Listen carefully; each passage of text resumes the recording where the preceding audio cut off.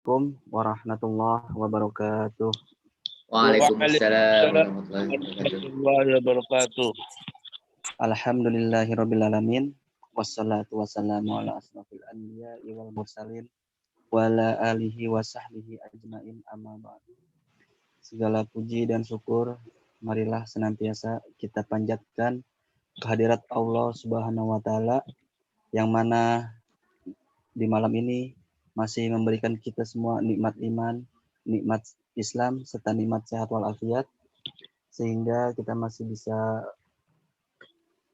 melaksanakan salah satu kewajiban kita yaitu menuntut ilmu.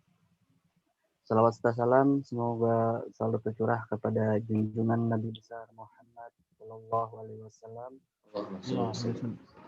beserta keluarganya, sahabatnya, dan kita pengikutnya. Mudah-mudahan senantiasa istiqomah dalam menjalankan sunnah-sunnahnya. Amin ya robbal alamin. Amin. Untuk kajian malam ini, insya Allah kita akan melanjutkan surat An-Nazi'at. Untuk mempersingkat waktu, saya persilahkan kepada Pak Ustadz. Bismillahirrahmanirrahim. Assalamualaikum warahmatullahi wabarakatuh. Waalaikumsalam warahmatullahi Warahmatullahi wabarakatuh. Innal hamdalillahi wahdah nahmaduhu wa nasta'inuhu wa nastaghfiruhu wa nu'minu bihi wa natawakkalu alaihi wassalatu wassalamu ala khairi khalqillah sayyidina wa habibina Muhammad ibn Abdullah wa ala alihi wa sahbihi wa man sara ala darbihi ila yaumil qiyamah amma ba'd.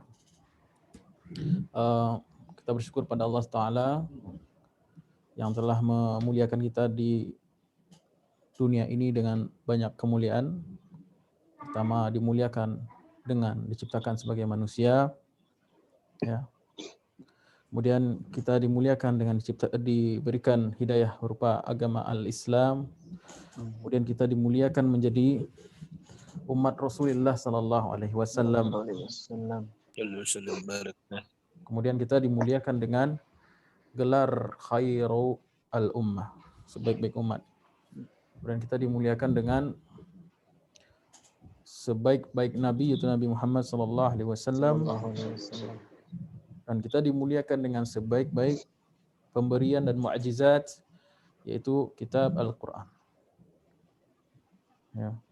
Jadi banyak hal yang Allah telah berikan pada kita, banyak kenikmatan yang terkumpul dalam diri kita.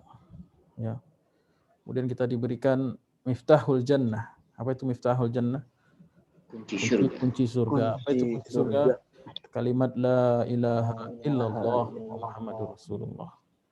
Artinya seorang muslim itu selama dia mukmin muslim maka dia kemana-mana nenteng kunci surga. Maka pantas nggak, layak nggak dia dihormati, dihargai? Pantas. Ya harusnya gitu. Kalau nenteng kunci Ferrari aja orang salut gitu. Ya kan, wah segan ini bawa kunci, udah kunci doang gitu kan.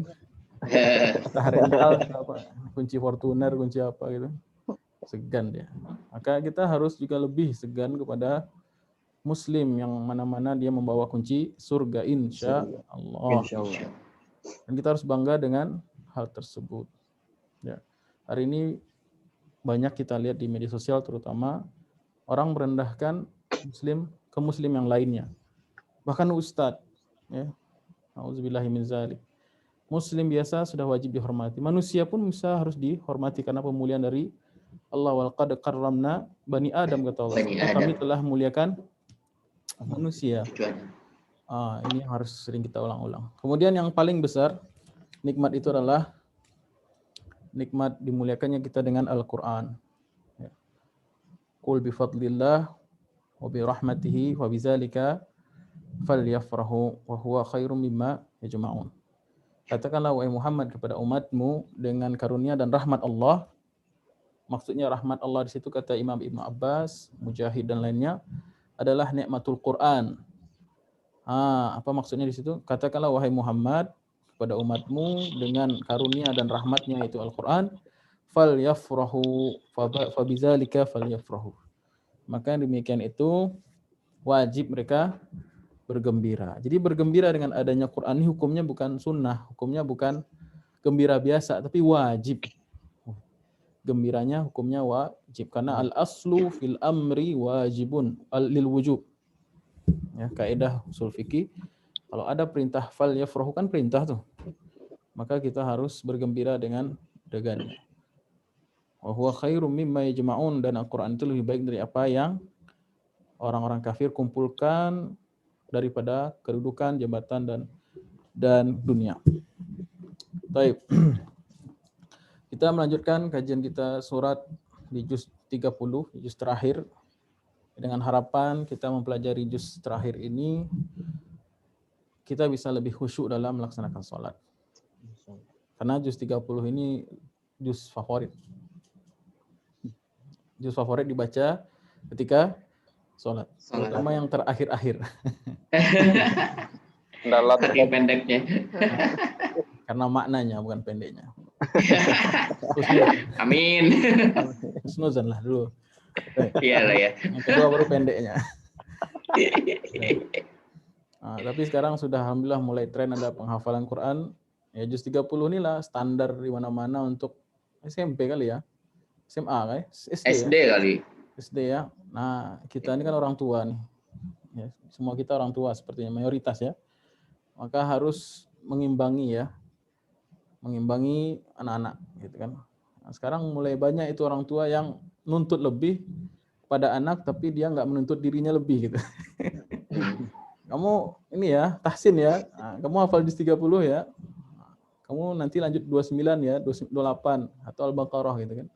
Kamu masuk pesantren ya, tapi orang tua kita sebagai orang tua kadang nggak meningkatkan kapabilitas kita gitu. Nah, ini bahaya. Pertama dari segi teladan. Ya kan? Sama nyuruh anak berjilbab, orang tuanya buka aurat kemana-mana. Kamu berhenti anak merokok, tapi orang tuanya 3 bungkus sehari. Gimana caranya seperti itu? Dokter protokol, tapi dia sendiri melanggar. Gimana ceritanya? Nah, jadi itu bahayanya. Kemudian yang kedua, ini curhat jamaah juga. Nggak bisa jawab pertanyaan anak level TK, SD nanti belajar bahasa Arab. Nah, idhofah itu apa Pak? Nah, nanti tanya, nggak tahu idhofah apa. Muzakkar muannas apa? Nah, kan kita visi kita tuh harus salah satu rumah umat Islam itu minimal 1 orang ulama lahir dari rumah itu. 1 orang hafiz Quran minimal.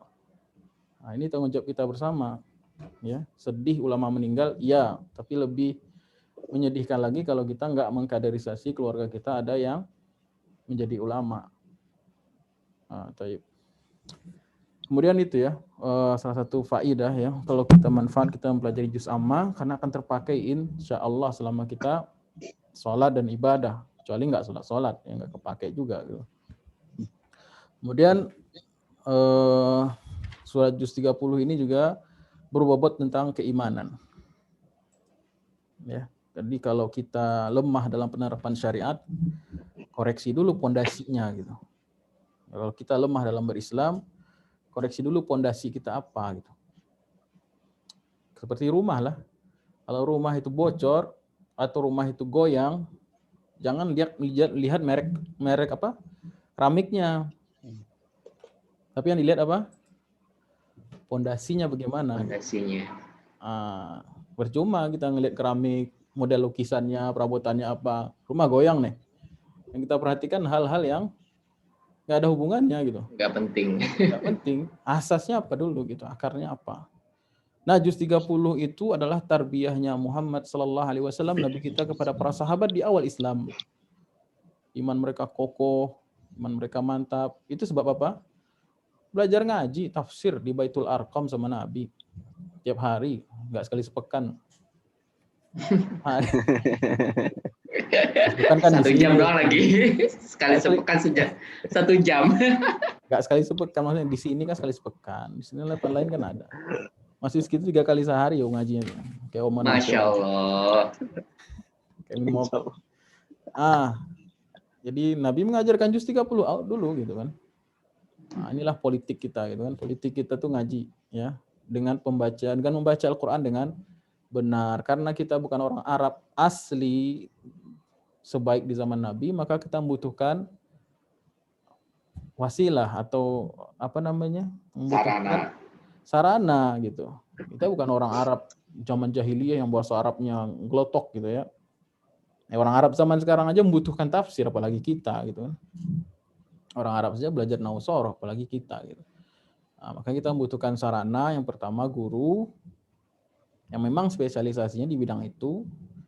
Ya, kemudian jangan kira ya guru itu atau ustadz itu semuanya sama gitu. Ustadz itu sama dengan dokter juga, ada spesialis jantung, spesialis kulit, spesialis apa dok? Syaraf, mata, sebagainya. Ya. Bahkan ada spesialis apa namanya? Psikologi ya, kejiwaan, ada psikiater ya lah. Nah, itulah. Ustadz juga begitu. Ustadz itu lihat pendidikannya apa jurusannya. Kalau dia dulu kuliah hadis, jangan paksa ngajar akidah. Ya, bisa, teman nggak pas gitu, nggak mendalam di situ. Kalau Ustadz itu jurusannya tarikh islami, ya, sejarah Islam, jangan paksa untuk belajar ke beliau fikih misalnya. Gitu. Ada Ustadz yang ahlinya di perbandingan agama, teologi, di Muqaran al-Mazahib al-Aqadiyah gitu kan, perbandingan agama.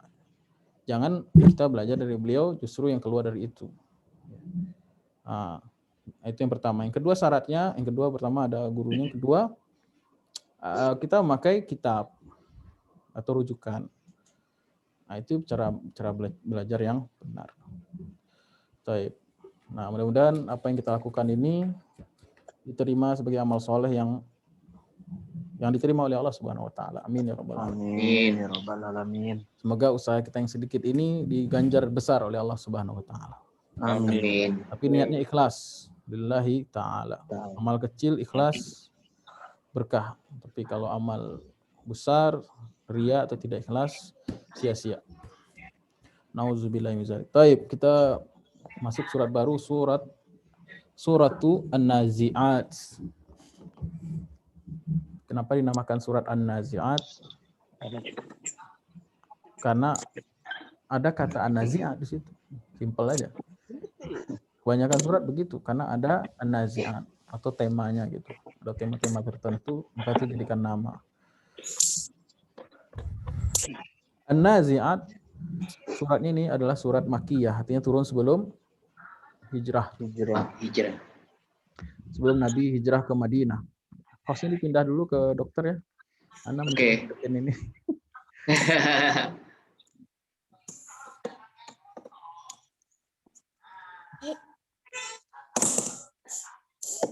Bang, sudah. Baik, surat ini diturunkan sebelum muslimin hijrah yang kedua di Madinah Munawwar. Ya, tentu kalau namanya ayat-ayat atau surat Makkiyah, isinya kebanyakan kandungan ayatnya pendek-pendek ya, panjang ayatnya pendek-pendek. Ayatnya itu banyak menekankan aspek-aspek keimanan kepada Allah, wujud Allah melalui pembacaan terhadap ayat-ayatnya. Perintah mentadaburi ayat-ayatnya, ayat kauniyah atau ayat qauliyah. Kemudian iman kepada hari kiamat. Dunia ini fana, iman kepada hari kiamat. Kemudian tentang kenabian Rasulullah SAW sebagai penutup risalah al-Islam sejak Nabi Adam alaihissalam. Jadi 3 itu poin surat Makkiyah sering kita ulang-ulang. Kemudian surat An-Nazi'at dimulai dari sumpah ya, ada 5 ayat yang berisi sumpah. Sebagaimana kebanyakan surat di juz 30 seringnya Allah memulai surat itu dengan sumpah. Artinya apa? Ucapan dengan sumpah itu lebih berat dibandingkan ucapan tanpa sumpah. Ya, ucapan tanpa sumpah itu, ucapan dengan sumpah itu biasanya di posisi atau di hal-hal yang penting kan, sumpah jabatan, ya enggak? Atau sesuatu yang memerlukan penekanan lebih gitu. Ya, kalau hari-hari nggak perlu pakai sumpah-sumpah gitu. Ya, misalnya tak tolong orang, tolong cuci motor, saya bersumpah demi Allah cucikan motor ini, nggak perlu gitu. Tapi yang perlu adalah ucapan sumpah, ada makna yang mendalam di situ atau hal yang sangat luar biasa, pesan yang disampaikan. Dan inilah yang akan disampaikan oleh Allah Subhanahu wa taala di banyak surat-surat juz 30. Disulai juga dengan surat An-Nazi'at. Allah mulai dengan kalimat waw sumpah gitu ya, bukan waw ataf ya. Wan nazi'ati gharqa. A'udzubillahi minasyaitonirrajim. Bismillahirrahmanirrahim. Kita coba dulu baca ya. Agak ke bawah, Dokter. A'udzubillahi minasyaitonirrajim. Bismillahirrahmanirrahim.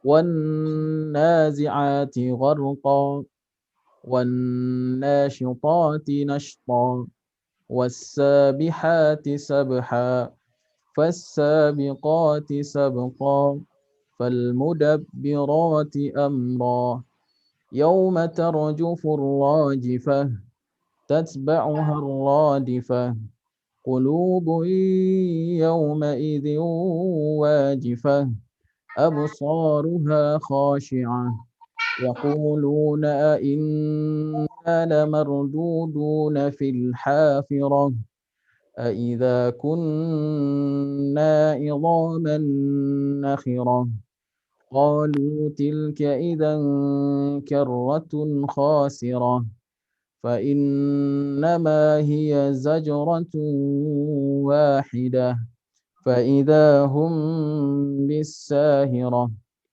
Shadaqallahul azim. Ya, 5 ayat pertama dimulai dengan sumpah Allah Ta'ala firman wan-nazi'ati gharqa. Demi an-nazi'at. Kemudian ayat kedua wan-nasyitat. Demi an-nasyitat. Was-sabihat demi as-sabihat. Was-sabiqat demi as-sabiqat. Fal mudabbirat demi al-mudabbirat. Jadi ini adalah bentuknya kalau yang belajar bahasa Arab ini apa? Isim fa'il ya enggak?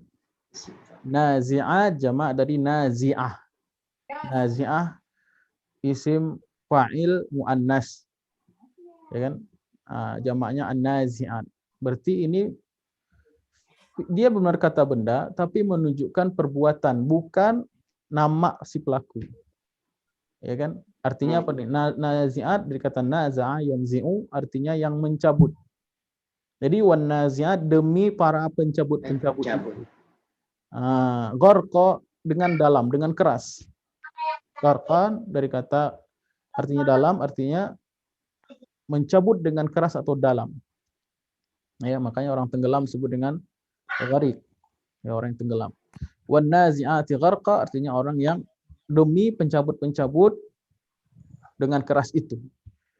Kemudian nasyitat demi yang mencabut dan mengulur dengan lembut. Demi para pencabut dan mengulur dengan lemah lembut. Wasabihat, as-sabihat dari kata sabih, sabaha yasbah artinya yang berpindah dari satu posisi ke posisi yang lain. Makanya demi yang berpindah-pindah, sabhan, demi yang berpindah-pindah dengan cepat.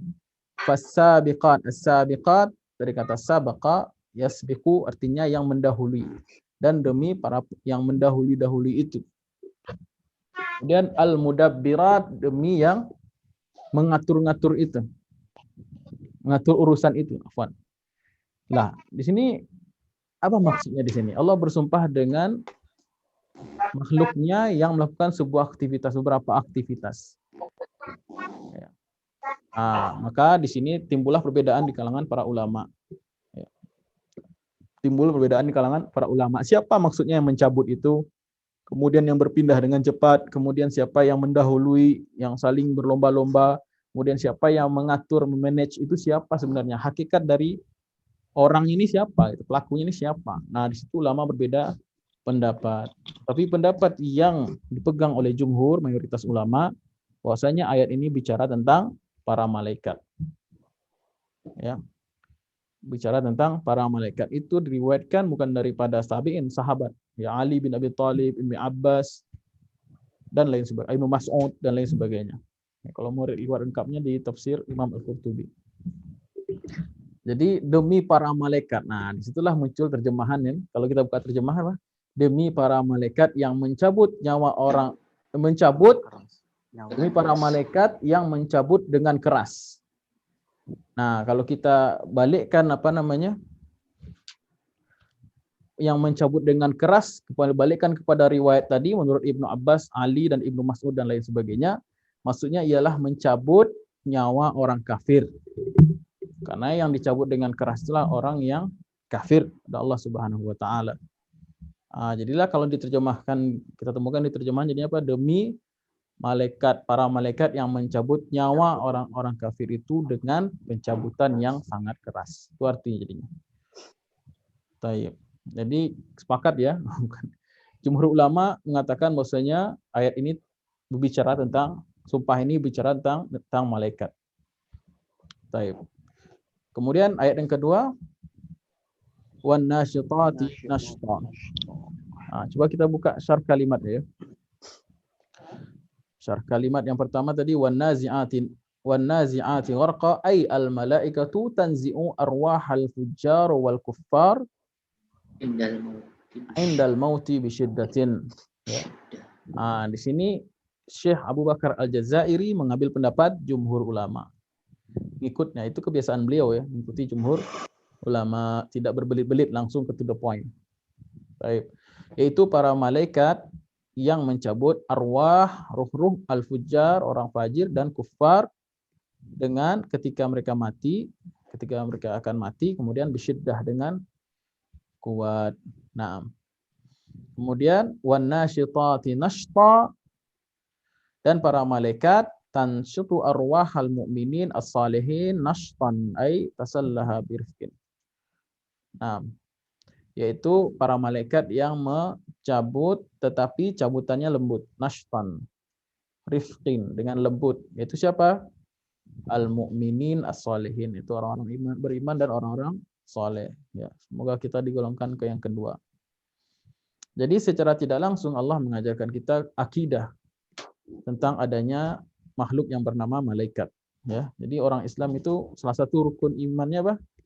Iman kepada wujudnya malaikat. Malaikat Allah Subhanahu wa taala yang mereka juga memiliki fungsi-fungsi tertentu ya. Ada malaikat yang mengantarkan wahyu dan menolong para nabi, yaitu Jibril alaihi salatu wassalam.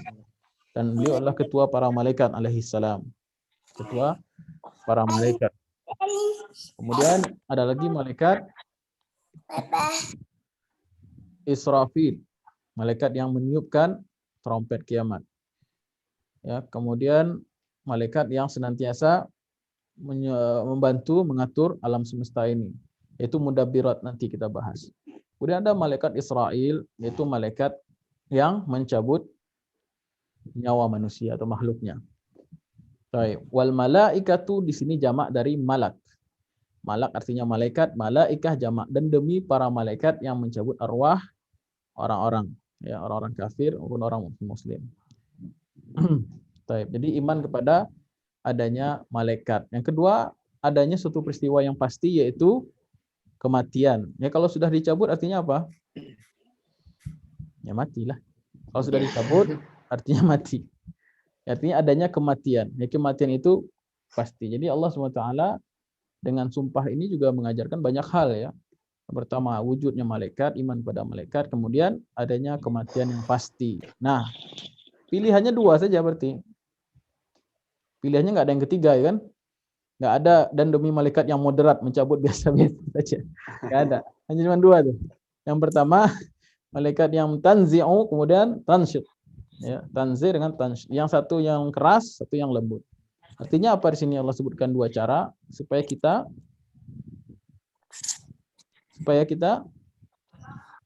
memilih caranya. Kalau mati itu udah pasti, tapi cara matinya belum pasti. Dan itu harus cara kasar apa cara halus gitu ya. Cara kasar apa cara halus. Kalau kita manusia biasa biasanya kalau milih itu kan yang enak gitu kan. Kalau kita milih biasanya pilih yang enak-enak di dunia ini. Tapi ya orang sih kata-kata postingan di internet tuh banyak bagus-bagus. Sering kita ingin cara hidup enak tapi lupa cara mati yang enak. Kita dengar nggak itu? Betul juga itu. Kalau untuk fasilitas dunia kita pilihnya yang VIP. Tapi kalau mati lupa.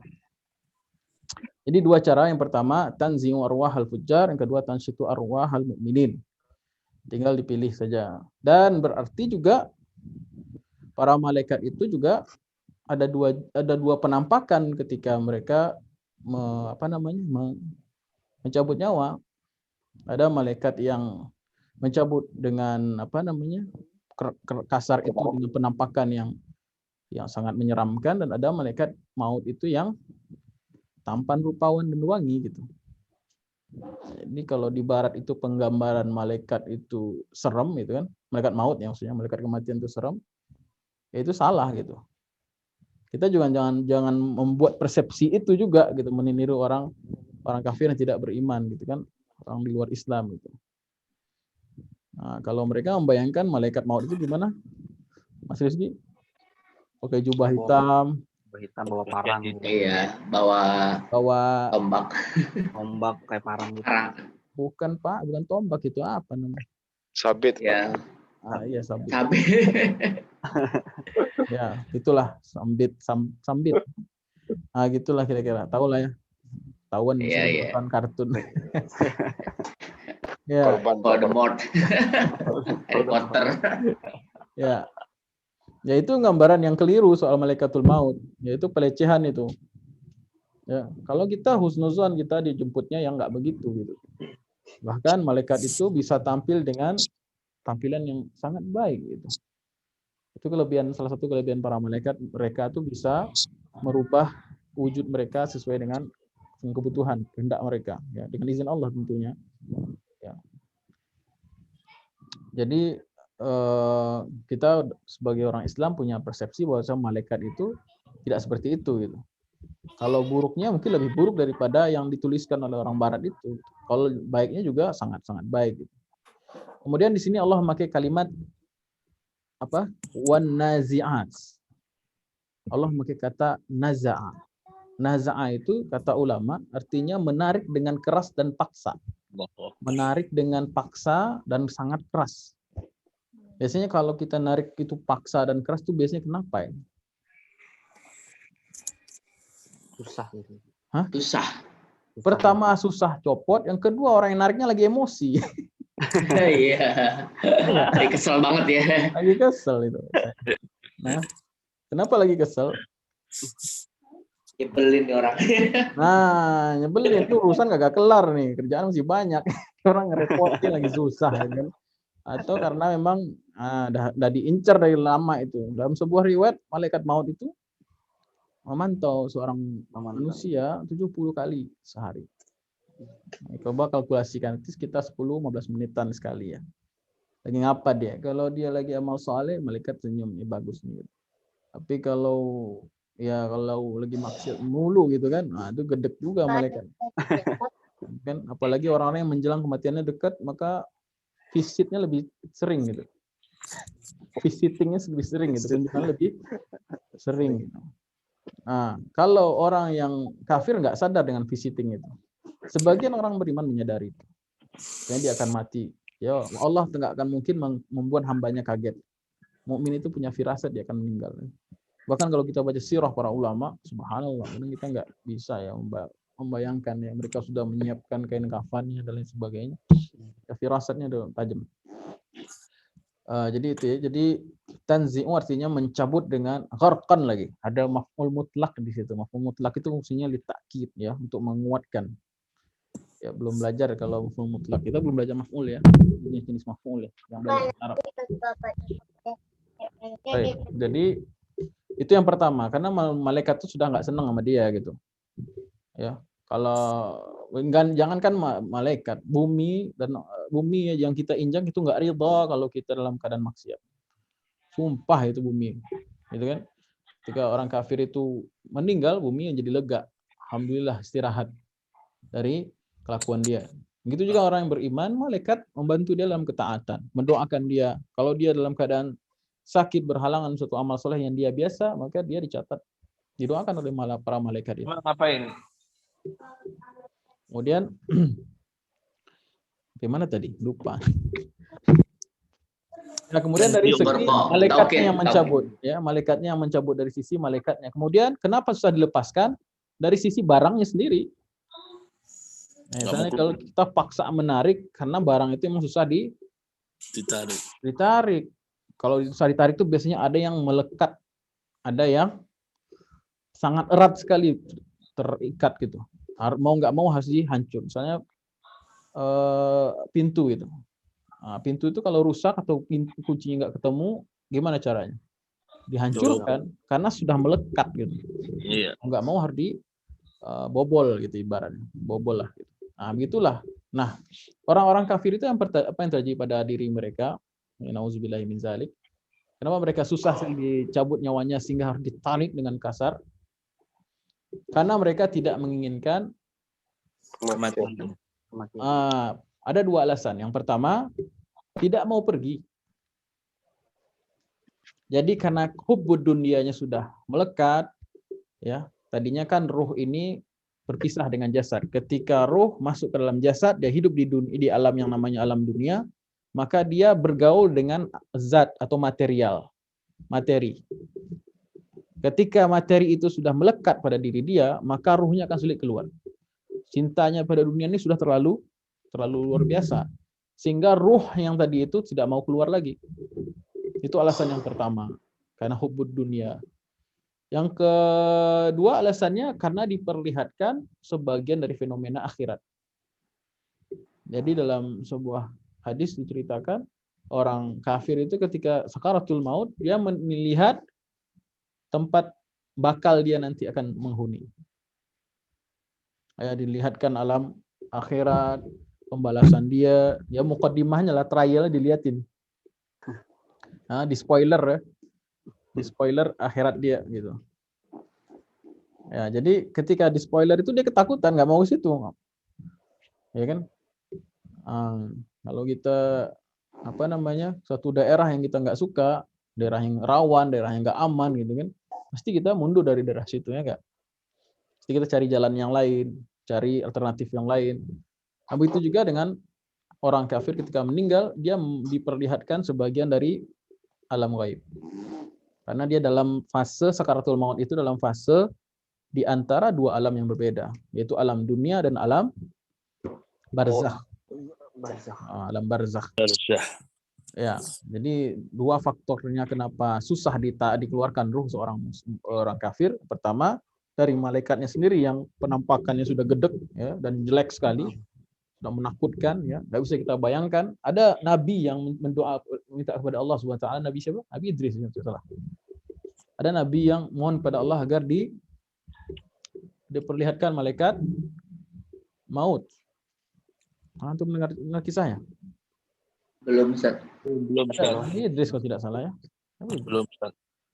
Nabi Idris ini mohon kepada Allah agar diperlihatkan malaikat maut.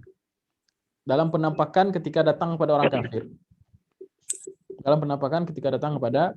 orang kafir. Maka dikabulkan oleh Allah SWT melihat bayangan saja. Belum melihat wujudnya ya, baru bayangannya gitu. Asapnya lah istilahnya.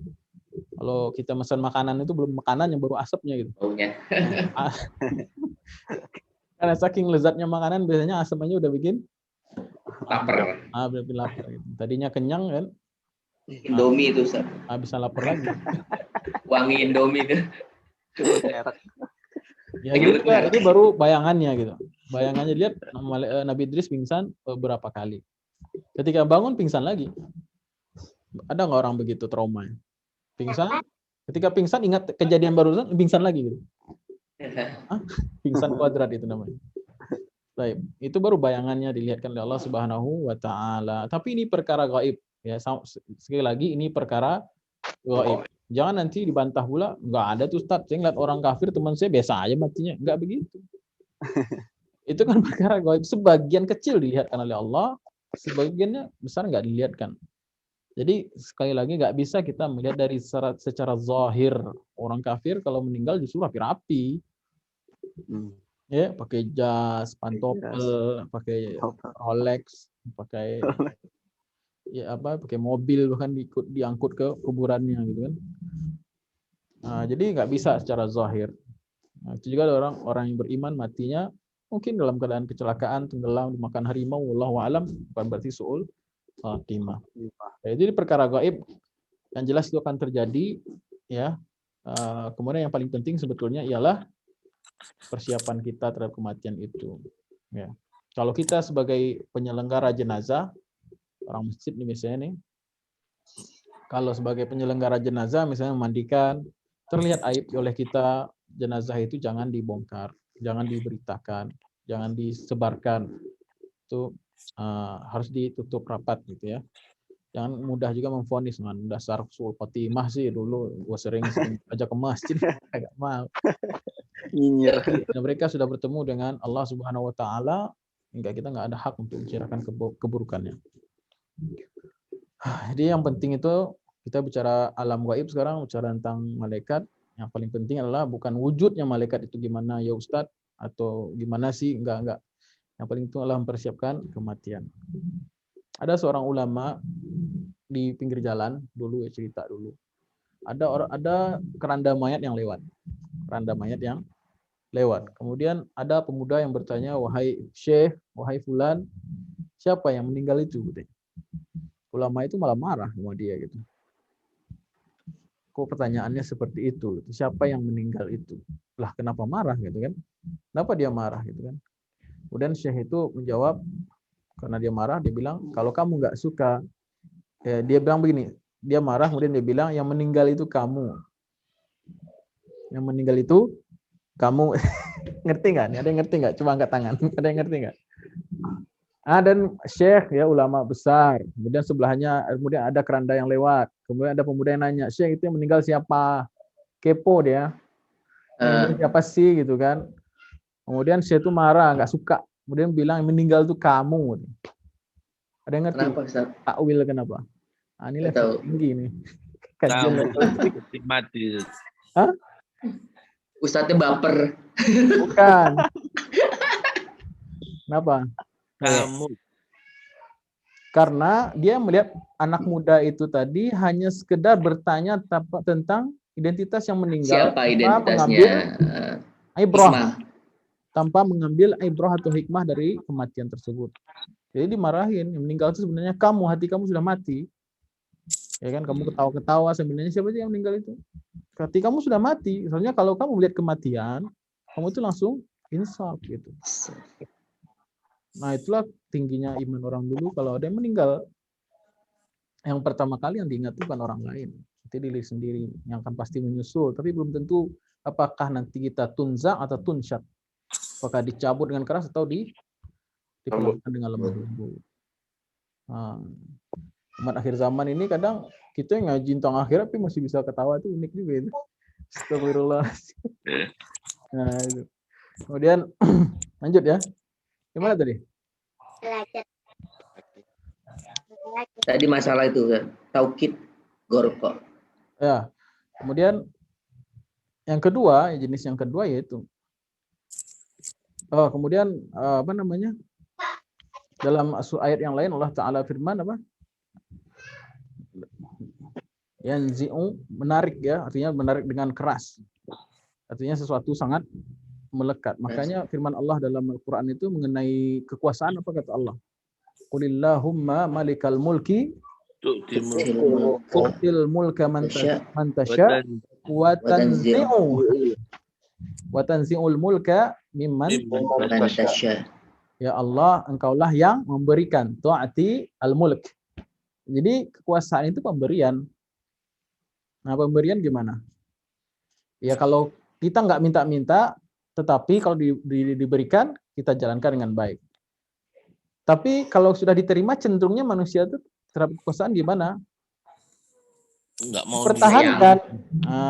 Mempertahankan. Cenderungnya kalau sudah dia punya di genggaman, cenderungnya dia resist, dia mempertahankan. Makanya ada istilah petahana kan? Mempertahankan gitu. Makanya Allah bilang dalam firman itu apa? Wa tu'til mulka liman tasya wa tanzi'ul mulka mimman tasya. dan engkau mencabut. Jadi kekuasaan itu dicabut Dengan oleh paksa, Allah Subhanahu wa taala, dengan paksa, karena kecenderungan manusia itu melekat kepada jadi jihad yang terbesar atau jihad yang berat itu bukan apa namanya mengeluarkan apa keterikatan itu, lekatan-lekatan dunia itu yang berat. Ini bukan masalah di bibir ya, masalah ucapan, tapi jangan sampai dunia masuk ke hati. Di tangan boleh, tapi jangan sampai di hati. Di rekening boleh, tapi jangan sampai di hati. Ya kan? Di mobil boleh, tapi jangan sampai mobil masuk hati. Yang penting di garasi aja. Iya. Kadang-kadang yang bikin hati kita berat tuh susah masuk cahaya Allah karena semuanya masuk, mobil masuk, istri masuk. Apalagi istrinya 4 dan besar-besar. Jabatan masuk, anak masuk, semuanya. Fitnah semuanya. Akhirnya tidak ada ruang untuk Allah. Kata ulama, dunia itu kayak babi. Dunia kayak babi. Allah seperti cahaya. Ya, Allah dengan kemuliaannya. Kalau ada singgasana bagus nih, singgasana raja, emas, berlian, bertahta di situ, nempel di situ. Kemudian ada babi kongko di situ, duduk di situ di singgasana. Kira-kira raja mau duduk nggak? Enggak. Kira-kira raja mau duduk nggak? Nggak mau. Nggak mau duduk lah. Ya caranya gimana? Singkirkan babinya dulu, bersihkan dulu, baru raja mau duduk. Itu pun nggak boleh maksa gitu.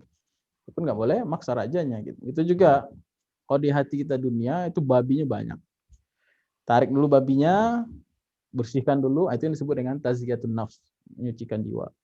Baru kemudian datang keagungan Allah, cahaya, ilmu, iman. Nah, itu metode salaf ya dalam menguatkan, membersihkan hati. Baru ketika nyawa itu dicabut, nah itu bedanya. Ketika Allahnya ada, baru dengan lembut. Ya, karena Allah memakai kalimat nasyata di sini. Nasyata yang situasi artinya nasyata yang situasi artinya menarik. Asli katanya itu adalah menarik dengan pelan ember yang dari sumur. Sejarah katanya. Kalau kita narik ember dari sumur gimana? Pelan-pelan. Pelan-pelan supaya Nggak Nggak tumpah. tumpah. Nah, begitu pelan-pelan narik. Nah, kalau babi ya babi ditembak gitu kan. Raja nggak mau duduk di situ. Itulah su'ul khatimah, na'udzubillahi. Ya. Nah, dalam ayat yang lain Allah Ta'ala firman, wa kaifa idza tawafathum al malaikatu yadribuna wujuhahum wa adbarahum. Nah, dan bagaimanakah ya ketika mereka itu orang-orang kafir diwafatkan oleh para malaikat, maksudnya malaikat maut, maka malaikat maut itu yadribuna wujuhahum, memukul wajah mereka, wa adbarahum, dan pantat-pantat mereka, mohon maaf. Itu riwayat ditafsirkan oleh Ibnu Abbas, maksudnya adalah pantat mereka atau bagian punggung mereka. Ya, dipukul. Ya. Kenapa itu semua? Dilanjutkan ayat yang setelahnya, zalika bi annahum ittaba'u ma askhatallah. Sebab karena mereka itu mengikuti apa yang membuat Allah murka, wa karihu ridwanahu, dan membenci keridhaannya, fa ahbata amalahum, maka Allah gugurkan seluruh amal-amal baiknya. Nah, jadi ciri-ciri orang yang mati su'ul khatimah atau didatangi oleh malaikat maut yang kelas kasar gitu kan, itu dengan cara mengikuti apa yang membuat Allah murka. Kemudian tidak menyukai keridhaan Allah Subhanahu wa taala. Baik. Kemudian yang kedua itu tadi, Bang. Nah, kemudian bagaimana caranya? Kok bisa malaikat itu berapa sih jumlahnya? Kok ya, misalnya kan kita tahu malaikat maut itu namanya Israel. Nah, Israel bukan Israel. Israfil peniup. Nah, Israfil yang meniup. Nah, terus gimana cara kerjanya? Ada juga jamaah yang bertanya itu kadang-kadang. Di jamaah sini nggak ada, cerdas-cerdas semua. Gimana caranya malaikat itu bisa mencabut banyak nyawa? Jadi Israel itu adalah malaikah itu kan jamak. Artinya malaikat maut itu banyak. Dan Israel itu adalah ketua malaikatnya. Ininya lah, pemimpinnya lah gitu ya, pemimpin. Dan malaikat-malaikat itu banyak sekali. Ada juga ulama yang mengibaratkan seperti stop kontak katanya. Jadi paralel jaringannya. Ya kan, orang yang mati itu sekali pencet sekian mati gitu. Ada juga yang mengibaratkan seperti itu, wallahu a'lam bishawab. Ayat yang kedua, auzubillahi minasyaitonir rajim, wan nasyitati dan demi para malaikat yang mencabut dengan lembut, ya, dengan kelembutan, ya. Itu para yang dicabut itu siapa? Golongan yang kedua yaitu al-mu'minun as-salihun, orang-orang yang Mukmin. beriman dan orang-orang yang saleh. Nah, kenapa mereka bisa dicabut dengan lembut? Lawan yang tadi lah.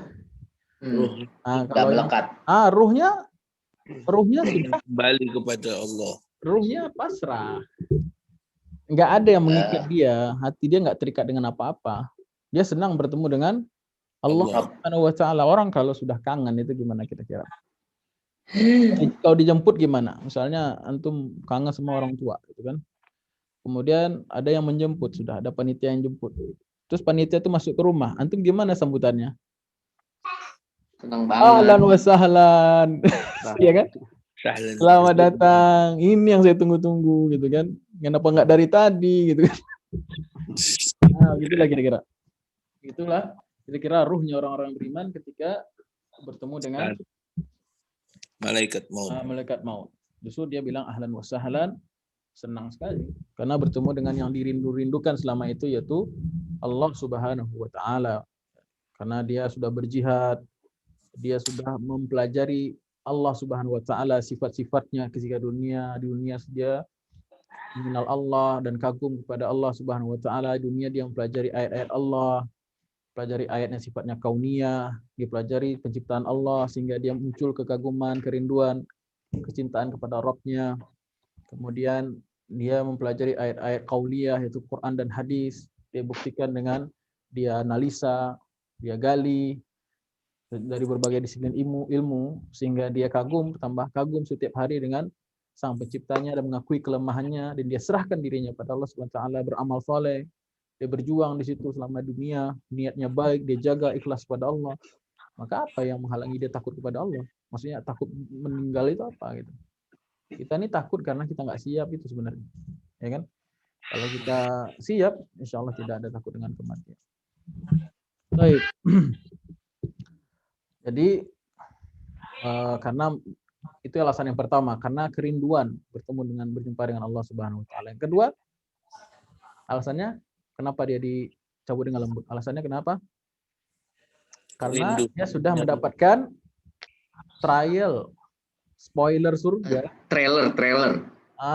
Dia mendapatkan Gambaran. futuhat, ya, bukaan-bukaan gaib tentang kehidupan akhirat yang akan, atau kurs, bahkan tempat dia akan ditempati nanti. Tempat yang akan dia tempati nanti di surga. Makanya ketika Asia, siapa itu Asia? Sayyidatuna Asia, Istrinya Firaun. Apa kata Allah dalam Quran mengabadikan perkataannya ketika dia mati sama Firaun laknatullah alaih? Laknatullah alaih. Dibangunkan rumah di surga. Ibnili indaka baitan fil Jannah. Ya Tuhanku, bangunkan di sisimu surga, rumah di surga. Ya, kata mufassir, karena ketika dia disiksa itu ditarik kaki kanan kiri, kaki tangan dan tangan ribet banget.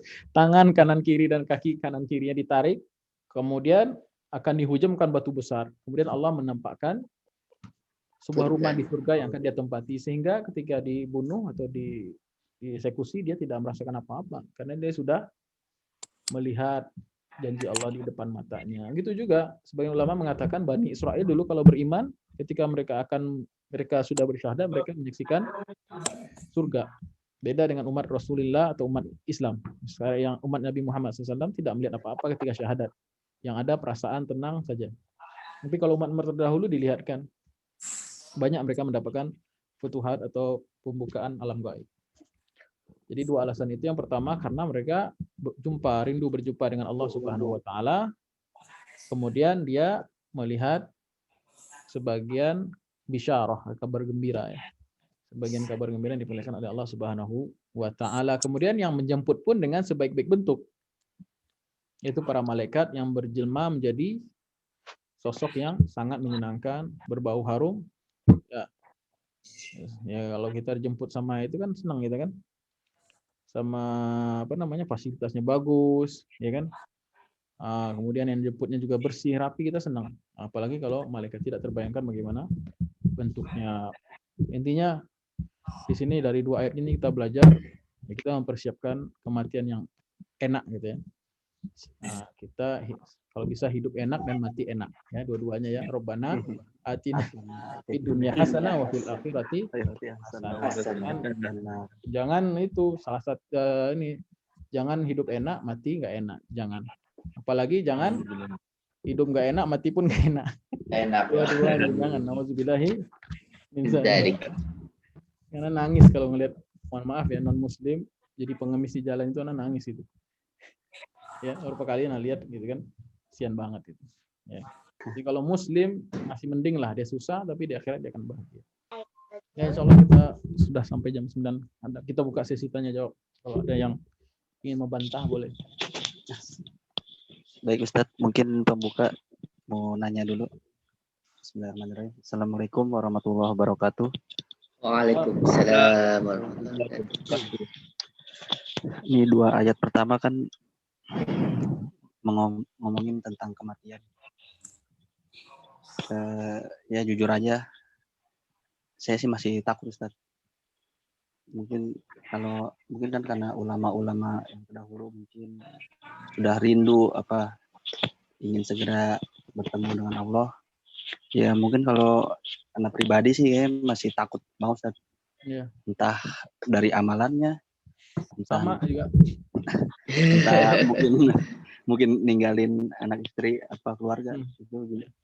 Ya ini bisa antara sharing dengan bertanya Ustaz. Terima kasih Ustaz. Bertanya apa? Bertanya? Ya, bertanya itu masih takut aja lah.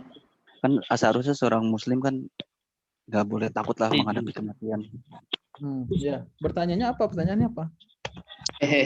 Gimana caranya biar nggak takut gitu? Ya ngilangin takutnya dikit-dikit lah Ustaz. Ya, Ana juga masih takut soalnya. Jadi gini, antum tanyaan ini udah ditanyain sama Bunda Aisyah radhiyallahu anha. Jadi Bunda Aisyah bertanya kepada Rasulullah satu hari, intinya pertanyaannya apa yang antum tanya tadi? Bukankah wajar seorang itu takut ketika menghadapi kematian? Maka Rasulullah SAW ya menjelaskan ketika itu, ya maksud di situ adalah takut itu ialah bagi orang-orang kafir yang memang tidak memiliki iman. Ya, kematian itu memang ada rasa sakitnya, tetapi perjumpaan atau pembukaan yang gaib tadi, yang tadi kita jelaskan itu sudah ditampakkan sehingga menghilangkan rasa sakit yang diderita. Mengenai rasa takut itu biasanya kalau anak pribadi dengan cara menghilangkannya sedikit ya, nggak bisa langsung gitu. Antum nggak bisa tiba-tiba jadi wali, ya tiba-tiba langsung jadi orang yang nggak takut dengan kematian, nggak wajar. Rasa takut itu wajar. Kenapa? Kita banyak kelemahan. Justru kalau kita ada rasa takut, boleh jadi itu sebagian dari tanda keimanan.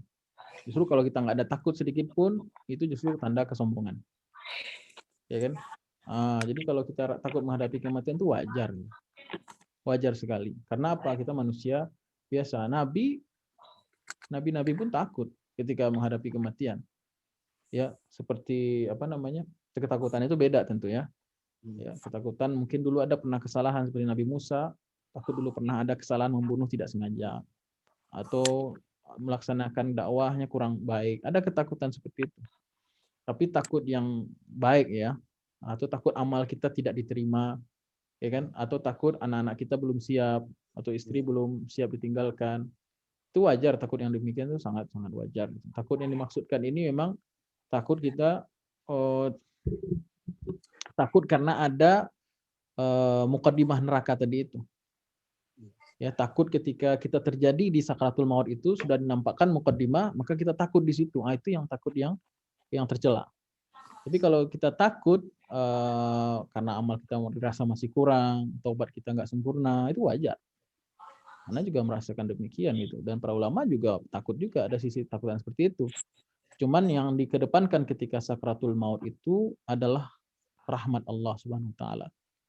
ya kita nggak bisa mengandalkan amal. Ya, yang bikin kita lega itu nantilah rahmat Allah. Pengharapan kita yang tinggi kepada Allah dan husnuzon pada Allah itu yang bikin mungkin itu yang mendominasi nanti. Allah alam. Anda juga belum ada pengalaman sepratul maut. Jadi ketakutan itu wajar. Jadi kalau yang salah itulah ketakutan yang tadi itu. Ketika di lapangan, di realnya antum takut melihat ya tempat ya kursi nerakanya sudah diperlihatkan, itu wajar. Itu tidak wajar, itu yang masalah. Itu masalah betul. Itu masalah betul. Baik. Kira-kira apa poinnya? Kalau Anda pribadi menyarankan supaya meminimalisir rasa takut itu, ya rajin-rajin kita sholat taubat. Rajin-rajin sholat taubat. Karena boleh jadi dengan sholat taubat itu kita lebih tenang hati kita. Hadapi kematian kita nggak tahu kan. Nah, kemudian ketika kita sholat itu, bayangkan setelah ini kita nggak sholat lagi. Kemudian tipsnya amalkan zikir-zikir yang diajarkan oleh Rasulullah SAW, ya, seperti zikir, fadilah zikir membaca ayat kursi setelah sholat. Karena fadilahnya besar. Siapa yang mendawamkan ayat kursi setelah sholat, maka tidak ada baginya pembatas antara surga kecuali kematian. Ya, tidak ada pembatas baginya kecuali kematian. Kemudian dawamkan Sayyidul Istighfar 3 kali pagi dan 3 kali malam. Ya, karena fadilahnya juga besar itu. Yang membaca Sayyidul Istighfar 3 kali maka dia dipastikan masuk surga. Nah, jadi itu salah satu persiapan lah kita menyambut kematian. Nah, setiap saat kita harus siap dengan itu. Jangan sampai colongan gitu. Kematian tidak mensyaratkan tua atau mensyaratkan mati. Ya, nggak ada kematian tidak mensyaratkan tua dan sakit gitu. Banyak orang yang nggak sakit mati. Justru yang sakit malah sembuh dan sehat. Ya kan? Tua juga nggak mensyaratkan mati gitu kan. Nah, jadi itu juga kan COVID gitu. Kena COVID belum tentu mati gitu. Banyak juga yang mati bukan karena COVID. Nah, jadi banyak orang lebih takut ke COVID daripada takut neraka kadang-kadang. Itu yang bikin sedihnya gitu. Ya kan? Malah di zaman pandemi masih bikin maksiat. Nah, itu musibah di atas musibah. Kira-kira nggak menjawab ya? Ya. Itu jemaah yang lain mungkin ada yang mau ditanyakan. Ustaz, kalau Muslim menginginkan kematian itu hukumnya apa, Ustaz? Menginginkan kematian. Nah, gini, misalnya ada orang sakit, ini sakitnya parah gitu, terus dia sampai batas ketidaksabarannya sampai bilang ya saya lebih baik mati deh, gini gitu, Ustaz. Oh, nggak boleh. Gimana, Ustaz, seorang Muslim? Nggak boleh. Tetap nggak boleh ya, Ustaz ya? Nggak boleh kita putus harapan kepada Allah Subhanahu Wa Taala. Maka hukum mensuntik mati untuk mengakhiri penderitaan itu kan haram hukumnya. Ada namanya apa, Dok? Suntik apa namanya? Eutanasia. Eutanasia ya. Eutanasia. Hukumnya ulama kontemporer ijma itu. Jarang-jarang ada ijma persoalan kontemporer. Haram hukumnya eutanasia. Suntik mati Pakat biar ya. karena banyak juga baca orang sudah kritis bisa sembuh juga. Jadi kan kita nggak tahu itu nyawa biadillah, di tangan Allah nyawa itu. Apa yang kita itu bukan tugas kita, itu melampaui batas-batasan kita sebagai manusia gitu. Tapi kalau maksudnya menginginkan berjumpa dengan Allah itu bagus gitu. Tapi itu bukan berarti kita mengusahakan kematian. Beda lah ya, menginginkan kematian untuk berjumpa dengan Allah dengan mengusahakan kematian itu beda sekali gitu. Kalau usahakan kematian ya gantung diri, bunuh diri dan lain sebagainya. Haram hukumnya justru itu. Ya.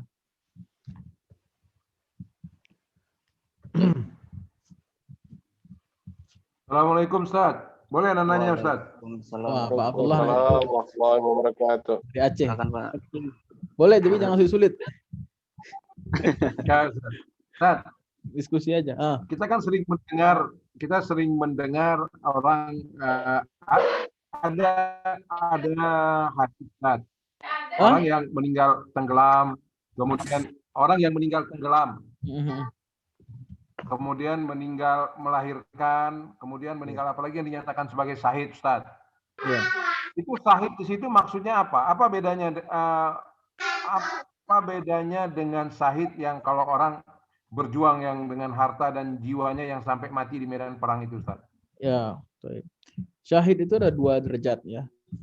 Derajat yang paling tinggi adalah syahid fi sabilillah. Maksudnya syahid dalam berperang. Nah, itu adalah semulia-mulia syahid.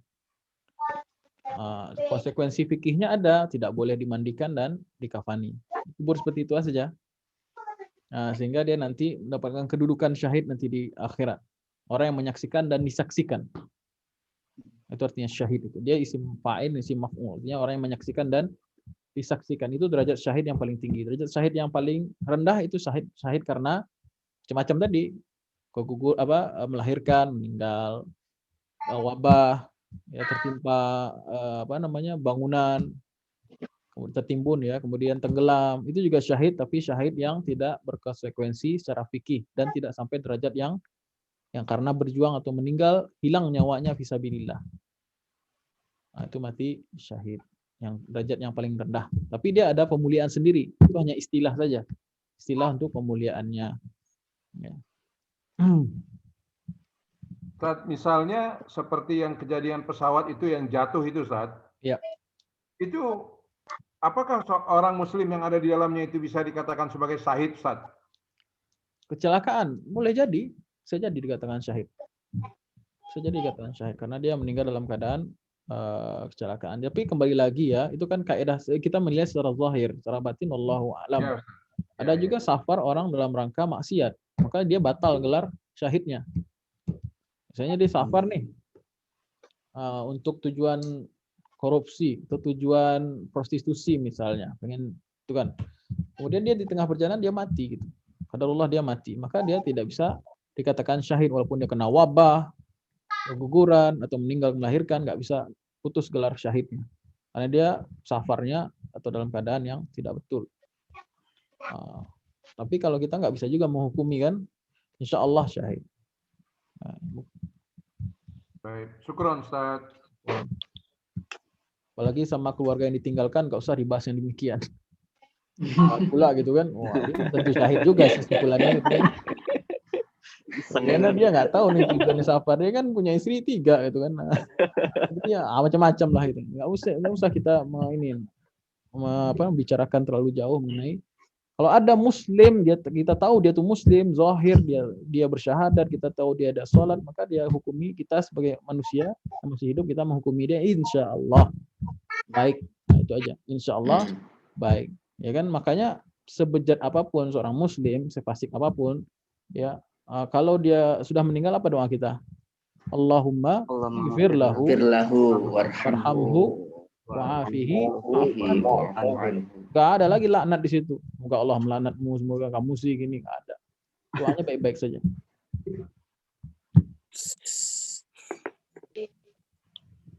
Baik. Bila hari ini banyak yang datang.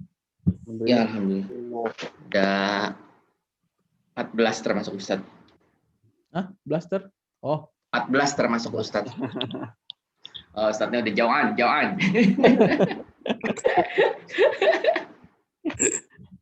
Jauhan tuh lapar hadirin yang nggak tahu. Oh iya.